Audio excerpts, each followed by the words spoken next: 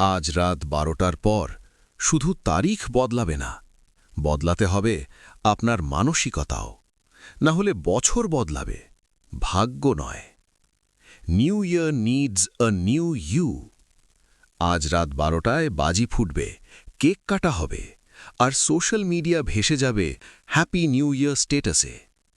আমরা উৎসাহ নিয়ে দেওয়ালে নতুন ক্যালেন্ডার টাঙাব, কিন্তু একটা নিষ্ঠুর সত্য কথা বলি, দেওয়ালের ক্যালেন্ডার পাল্টালে জীবন পাল্টায় না। জীবন পাল্টায় যখন আপনি নিজের অভ্যেস পাল্টান।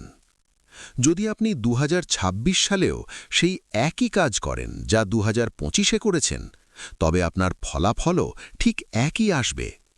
আলুর বীজ বুনে আপনি যেমন আম আশা করতে পারেন না, তেমনি পুরনো অলস মানসিকতা নিয়ে নতুন বছরে সাফল্যের আশা করা বোকামি।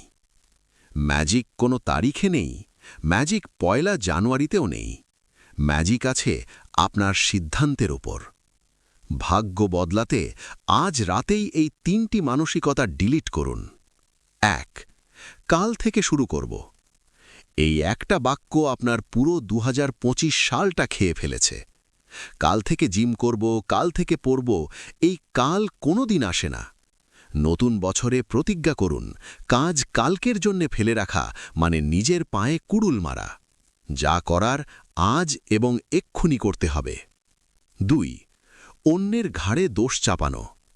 ওর জন্যে আমি পারলাম না, আমার ভাগ্য খারাপ।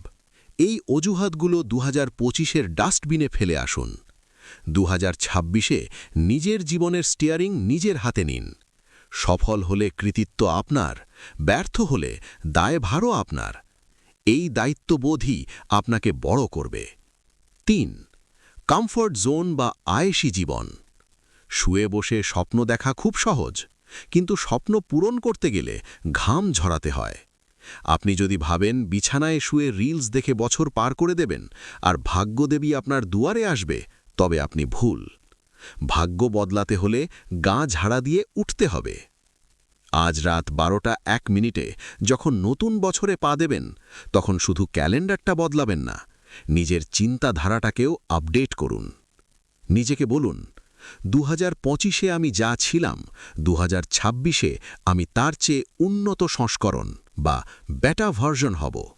মনে রাখবেন, বছর তো প্রতিবারই বদলায়, এবার আপনি বদলান।